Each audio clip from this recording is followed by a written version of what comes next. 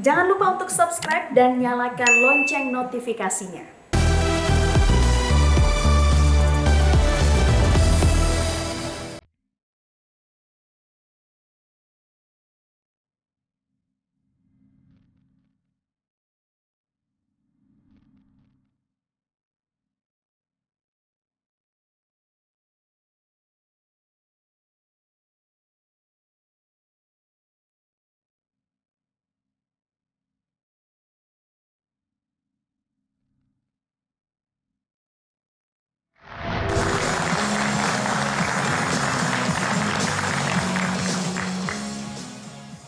Kita melihat bahwa dari banyak hasil survei dan riset menunjukkan bahwa radikalisme sudah mulai masuk ke ruang-ruang pendidikan.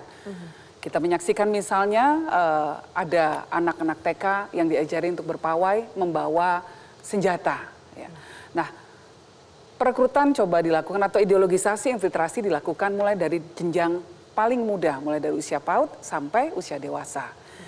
Kita juga melihat dari hasil survei, salah satunya dari survei White Foundation, bahwa ada beberapa faktor yang punya korelasi langsung dengan radikalisme. Yang pertama adalah bahwa anak-anak muda cenderung lebih mudah untuk direkrut melakukan radikalisasi. Dan yang kedua, orang yang sedang labil emosionalnya juga lebih mudah untuk dimasuki paham-paham radikal.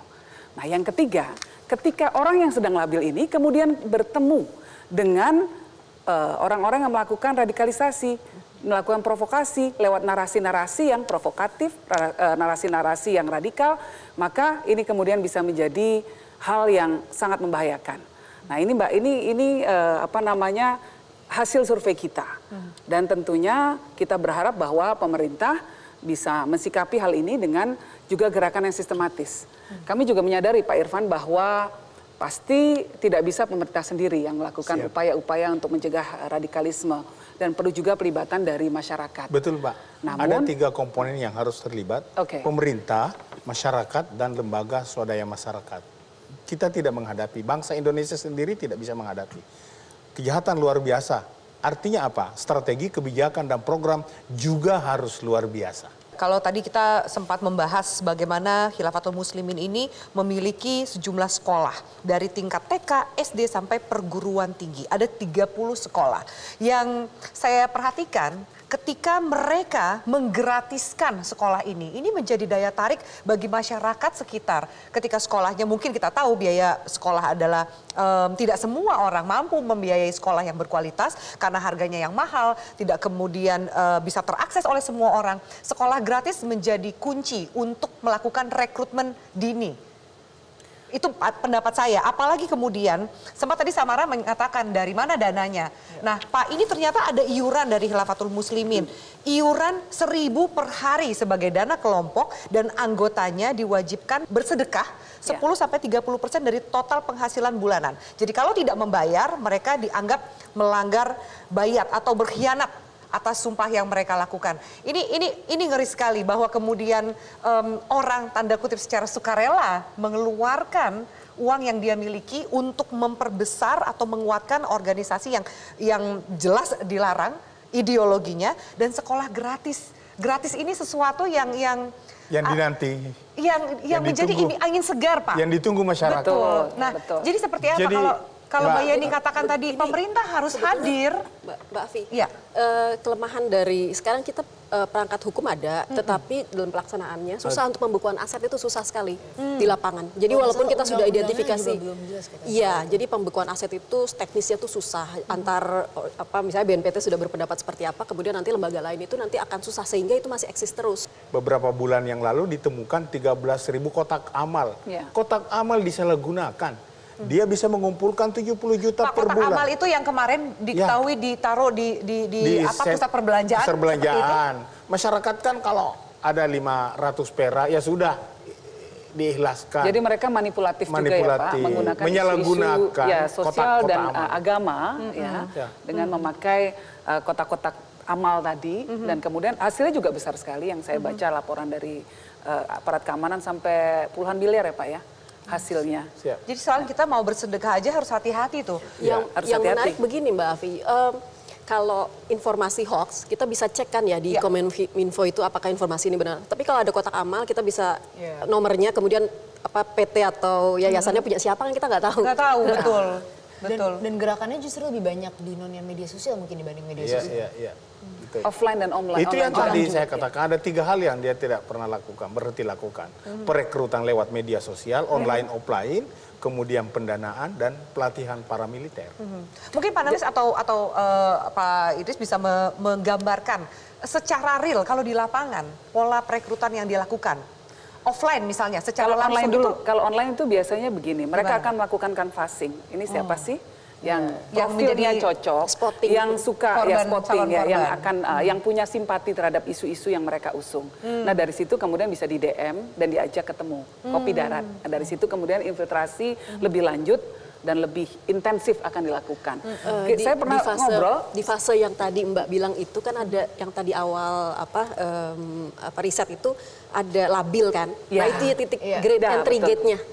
Jadi grievance. Jadi anak muda jangan sering labil dan sering galau ya. Itu sebenarnya menarik Mbak Yeni, mungkin mau tanyanya ke Mbak Yeni kali. Karena soal labil dan itu kan jadi membuat banyak orang jadi radikal kan Mbak. Kalau terpapar ada 2 faktor. Jadi dia harus labil dulu. Dia labil dan terpapar. Kalau cuma labil aja nggak terpapar dengan paham radikal, nggak apa-apa lah. Pelariannya ya macam-macam. Labil kategori apa? Misalnya anak muda kan biasa untuk galau dan labil karena keluarga atau karena perkuliahan, bisa segala macam, bisa juga, semuanya, Mbak. bisa juga misalnya. Ya, Jadi bisa tidak juga spesifik labil karena psikologis. mencari sesuatu kebenaran atas agamanya. Oh bisa juga, tapi bisa juga trauma pribadi loh. Misalnya dia pernah mengalami apa yang dianggap diperlakukan nggak adil oleh aparat. Ini pernah ada kasus semacam itu gitu ya. Itu bisa sangat dendam. Lalu kemudian ketika dia putus cinta pun bisa saja, ketika dia merasa hampa, kehilangan orang tua, itu faktor-faktor personal gitu ya. Ketemu dengan guru yang kemudian membimbingnya menuju jalan yang baik gitu katanya mereka gitu ya. Atau kalau kita lihat profilnya yang dari pengebom di Mabes Polri maupun yang di Makassar, Gereja Makassar, itu gelisah. Dan dia anaknya rendah diri. Oke, tidak percaya Jadi diri minder, ya. tidak percaya diri, dia ingin menjadi orang yang bermakna.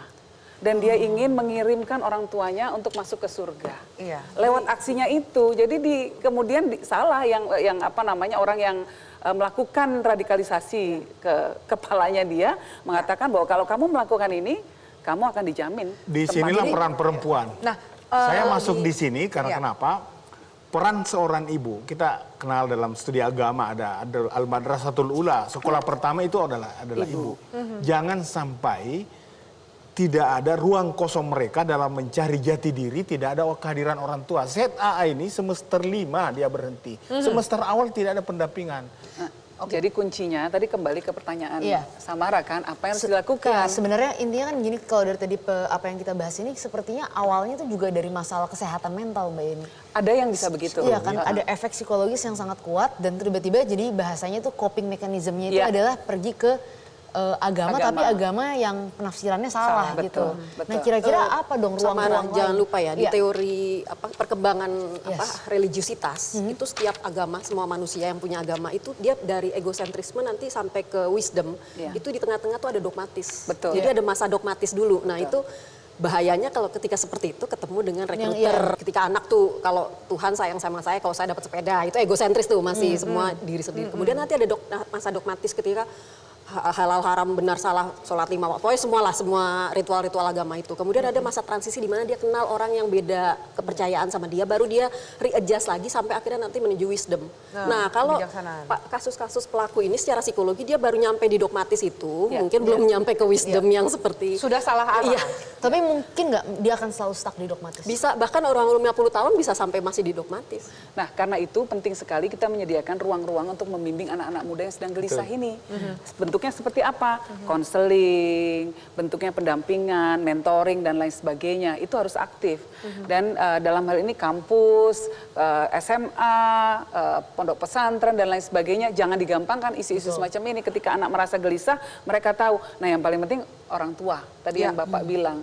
ibu, ya ibu punya peran besar Mbak, karena dia akan mampu mendeteksi, bukan mampu mendeteksi, hubungan emosional dengan anaknya kan biasanya kuat tuh. Tajam. Biasanya dia ngerti juga kalau ada masalah. Ada perubahan sikap dari Iya. anaknya ya Mbak? Gimana caranya hubungan antara orang tua dengan anak ini terjalin dengan baik sehingga anak tidak ragu untuk datang ke orang tuanya ketika ada masalah. Jadi ada terkait dengan pendidikan tadi, karena kita masuk pada pendidikan, saya kira ada 2 kementerian dan lembaga yang fokus pada pendidikan ini, Kementerian Pendidikan sendiri dan Kementerian Agama. Mereka menggunakan nama pesantren, mereka menggunakan nama madrasah. Tapi kalau kita lihat Undang-Undang Sisdiknas, Undang-Undang Pesantren nomor 18 2019 yang baru diundangkan, itu semua bertentangan. Olehnya itu, seluruh lapisan masyarakat, seluruh komponen bangsa agar melihat sebuah bangunan pondok tetapi sangat tertutup, ini bukan kita laporkan kepada siapa, kita harus berkoordinasi dengan aparat wilayah. Ini kok ada namanya tertutup, mau masuk sholat jamaah aja nggak bisa, dia tutup, nggak ada eksklusif namanya, ya? sangat eksklusif. Nah, itu yang perlu kita ingatkan, dan tentu Kemendagri harus pantau, karena kenapa? Di situ ada bangunan yang dibangun tanpa menggunakan izin mendirikan bangunan.